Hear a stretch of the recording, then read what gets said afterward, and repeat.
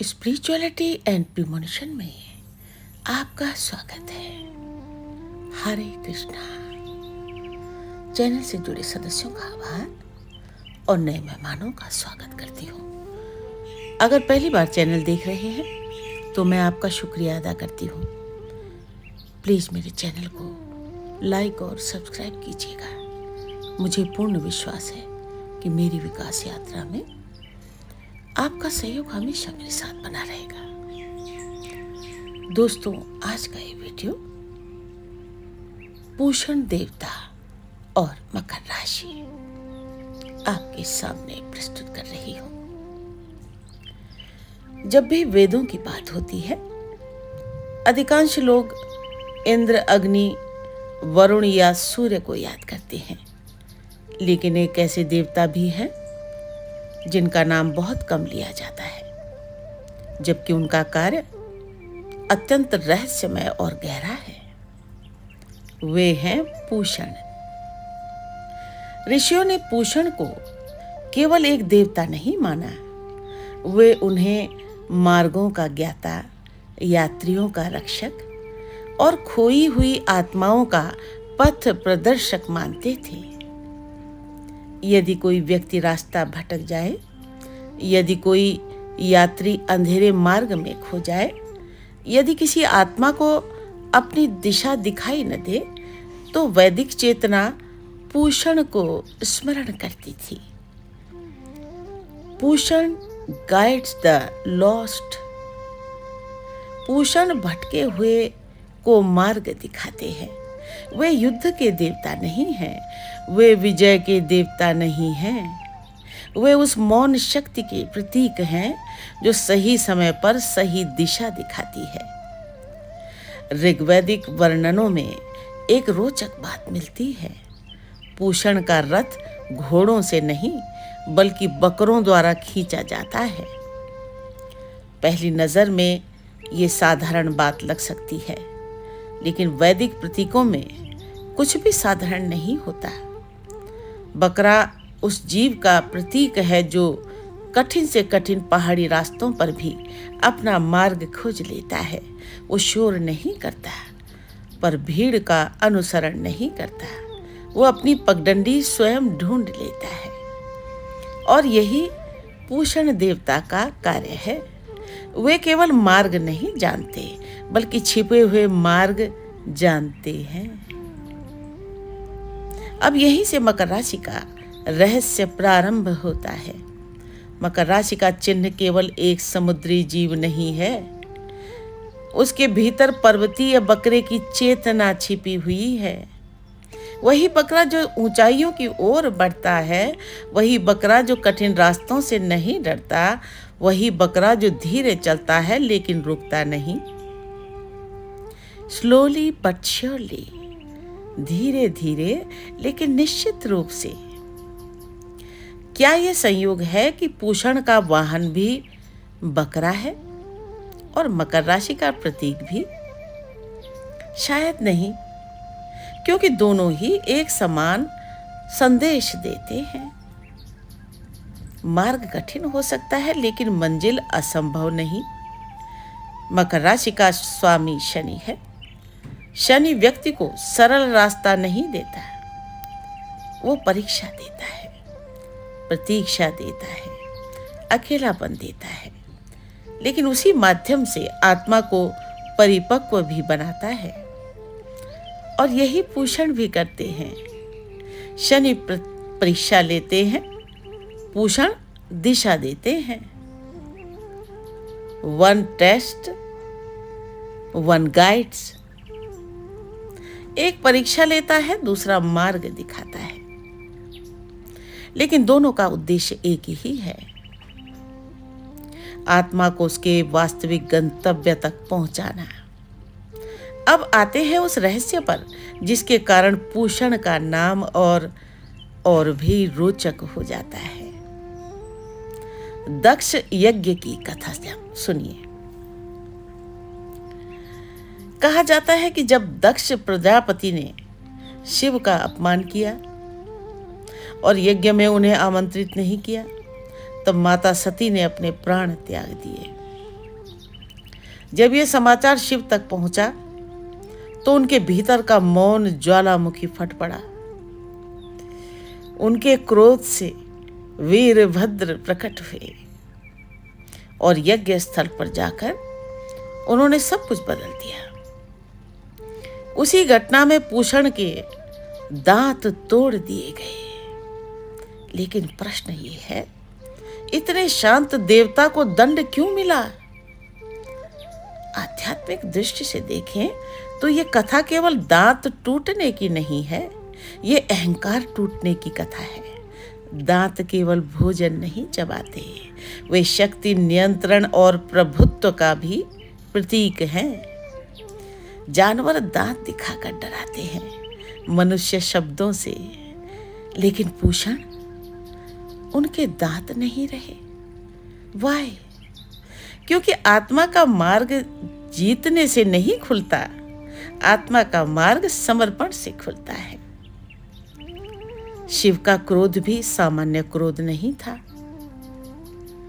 Human anger destroys, मानव का क्रोध नष्ट करता है। शिवाज एंगर ट्रांसफॉर्म्स, शिव का क्रोध परिवर्तन करता है। दक्ष यज्ञ में समस्या केवल ये नहीं थी कि शिव को बुलाया नहीं गया, समस्या ये थी कि वहां धर्म था लेकिन विनम्रता नहीं, मंत्र थे लेकिन प्रेम नहीं, विधि थी लेकिन सत्य नहीं। और जब धर्म केवल प्रदर्शन बन जाए तब शिव की ऊर्जा उसे तोड़ती है। कुछ परंपराएं कहती हैं कि पूषण वहां उपस्थित थे लेकिन उन्होंने अन्याय का विरोध नहीं किया, वे मौन रहे। और कभी कभी मौन भी कर्म बन जाता है। यही कारण है कि उनके टूटे हुए दांत एक गहरा संदेश देते हैं। केवल सत्य को जानना पर्याप्त नहीं, सत्य के पक्ष में खड़ा होना भी आवश्यक है। यदि आप मकर राशि हैं तो ये कथा आपके जीवन का दर्पण हो सकती है, क्योंकि मकर का जीवन भी अक्सर आसान नहीं होता। उसे बार बार ऐसे अनुभव मिलते हैं जहां उसका अहंकार टूटता है, संबंध बदलते हैं, योजनाएं विफल होती हैं, अपेक्षाएं टूटती हैं और उसे लगता है कि जीवन उससे सब कुछ छीन रहा है। लेकिन कई बार शनि कुछ छीन नहीं रहा होता, वो केवल आत्मा के झूठे दांत तोड़ रहा होता है ताकि भीतर की वास्तविक शक्ति जाग सके। रियल पावर इज साइलेंट, वास्तविक शक्ति मौन होती है। और शायद यही इस पूरी कथा का सबसे बड़ा रहस्य है। मकर वो यात्री है जो पर्वत पर चढ़ रहा है, पूषण वो मौन मार्गदर्शक है जो उसे सही पगडंडी दिखा रहे हैं, शनि वो गुरु है जो उसकी परीक्षा ले रहा है, और टूटे हुए दांत वो क्षण है जब आत्मा समझती है जीवन का अंतिम उद्देश्य जीतना नहीं, जागना है। ये संस्करण बोलचाल की भाषा, रहस्य, आध्यात्मिकता, मकर शनि पूषण के प्रतीकवाद के साथ भावनात्मक प्रवाह बनाए रखता है। हर आत्मा के भीतर एक रास्ता होता है, एक ऐसा रास्ता जिसे आंखें नहीं देखती, जिस पर पैर नहीं चलते, जिसे केवल नियति पहचानती है। और उस रास्ते पर जन्मों से एक मौन यात्री चलता है। उसे ऋषियों ने पूषण कहा। वो शंख नहीं बजाता, वो युद्ध नहीं करता, वो अपने अस्तित्व की घोषणा नहीं करता, वो बस अंधेरे में चल रही आत्माओं के साथ चुपचाप चलता रहता है। The guide is always near, मार्गदर्शक हमेशा पास होता है। मगर तुम्हारी आत्मा भी शायद उसी पुरानी यात्रा का हिस्सा है। इसीलिए तुम्हें अक्सर लगता है कि इस संसार में होकर भी तुम पूरी तरह इस संसार के नहीं हो। भीड़ के बीच खड़े होकर भी तुम्हारे भीतर एक सन्नाटा रहता है। लोग हंसते हैं, लोग मिलते हैं, लोग आगे बढ़ जाते हैं, लेकिन तुम्हारी आत्मा किसी और ही पुकार को सुन रही होती है, किसी बहुत पुराने आवाहन को। कहते हैं पूषण का रथ बकरों द्वारा खींचा जाता था, और कहते हैं मकर का चिन्ह भी एक पर्वतीय बकरे की चेतना को धारण किए हुए है। क्या ये केवल संयोग है? शायद नहीं, क्योंकि बकरा वहां चलता है जहां रास्ते दिखाई नहीं देते, और वहां चढ़ता है जहां दूसरों को केवल चट्टानें दिखाई देती हैं। वो भीड़ का हिस्सा नहीं, ऊंचाइयों का जीव है, और मकर भी ऐसा ही है। The path is hidden, yet the soul remembers.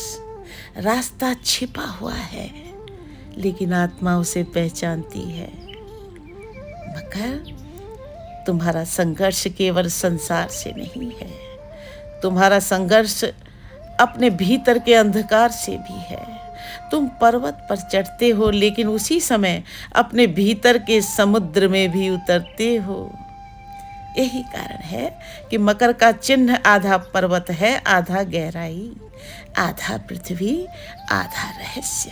और फिर आती है दक्ष यज्ञ की वो घटना जहां पूषण के दांत तोड़ दिए गए। लोग इसे कथा समझते हैं, लेकिन रहस्यवादी जानते हैं ये दांतों की नहीं, अहंकार की कहानी है। क्योंकि दांत केवल भोजन नहीं चबाते, वे अभिमान भी चबाते हैं।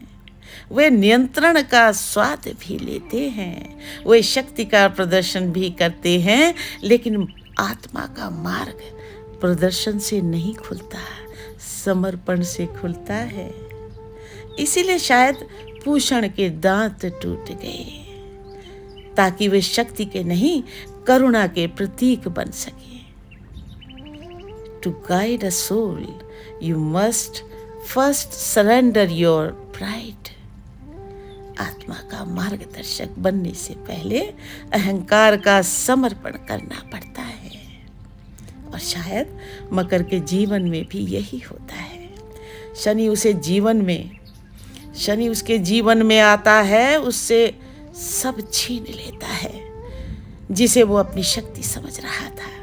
कभी संबंध, कभी अवसर, कभी सम्मान, कभी सपने। और तब मकर रोता है, पूछता है क्यों क्यों, लेकिन शनि मुस्कुराता है, क्योंकि वो जानता है जो टूट रहा है वो आत्मा नहीं है, वो केवल अहंकार है, वो केवल झूठी पहचान है, वो केवल वे दांत हैं जिनसे मन स्वयं को बड़ा समझता था। First comes the lesson, then comes the light. पहले शिक्षा आती है, फिर प्रकाश आता है। मकर, यदि कभी जीवन में सब कुछ बिखरता हुआ दिखाई दे तो घबराना मत। हो सकता है तुम्हारे भीतर का पूषण जाग रहा हो सकता है तुम्हारे भीतर का शनि तुम्हें नई दिशा दे रहा हो सकता है जो खो रहा है वो तुम्हारा सत्य कभी था ही नहीं। जब सारी दुनिया सो जाएगी, जब विचार शांत हो जाएंगे, जब मन का शोर थम जाएगा, तब तुम महसूस करोगे कि कोई तुम्हारे साथ चल रहा है, कोई जो दिखाई नहीं देता, कोई जो बोलता नहीं, कोई जो आदेश नहीं देता, फिर भी दिशा बदल जाती है। वो पूषण है। और तब तुम समझोगे मकर का बकरा केवल एक चिन्ह नहीं था, वो तुम्हारी आत्मा का प्रतीक था। वो कठिन चढ़ाई थी, वो अकेली यात्रा थी, वो मौन साधना थी। और पूषण उस यात्रा का अदृश्य साथी। रियल पावर इज साइलेंट, वास्तविक शक्ति मौन होती है। वो चिल्लाती नहीं, वो स्वयं को सिद्ध नहीं करती, वो केवल सही समय पर सही दिशा दिखा देती है। और अंत में जब आत्मा पर्वत की सबसे ऊंची चोटी पर पहुंचती है तो उसे पता चलता है जिस मंजिल को वो खोज रही थी वो कोई स्थान नहीं था, वो कोई व्यक्ति नहीं था, वो कोई उपलब्धि नहीं थी, वो स्वयं की खोई हुई चेतना थी। और उस चेतना तक पहुंचाने वाले मौन देवता का नाम था भूषण। बंदौ गुरु पद पदम परागा, सुरुचि सुबास सरस अनुरागा। बंदौ गुरु पद पदम परागा, सुरुचि सुबास सरस अनुरागा।